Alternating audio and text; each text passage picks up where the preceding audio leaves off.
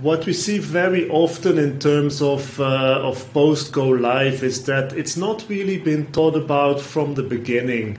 We see people prepare everything for the project. There's a project budget, there's a timeline, there's a project team, and so on. But what happens once we go live? Very often that is forgotten. It's not really budgeted, which creates issues, of course, because you always need support post-go live, often more than you think. So that is why it's very important to think of this from the beginning. And what we see is if you think of it from the beginning, you will have a much smoother go live. You don't need to do it quick at the end of your project. You have a much more smoother go live. And if I talk about post go live, I'm not only talking about the system aspect, because often that is still covered. You have your implementation partner that can step in, or you do it internally or with another partner. But really think about it end to end. So not only people will come with system questions, but they will come with much more, like how is this process going?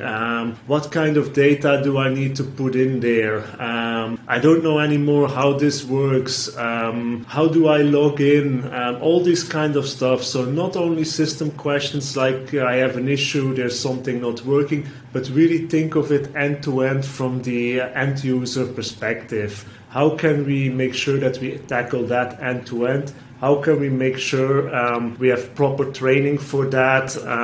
How do we have the right instructions? Do we have the team in place? And how are we going to channel all these requests? If you want to get your post-go live support right, one, make sure you have defined your support channels. Secondly, make sure you have a team in place. Third, make sure you have a budget for all of this. Then think about what are frequently asked questions your users can have, not only from a system perspective, but also process, data, training perspective. And then really think of using a digital adoption solution. So that will really help your users using your software and make sure your post-go live will go smooth.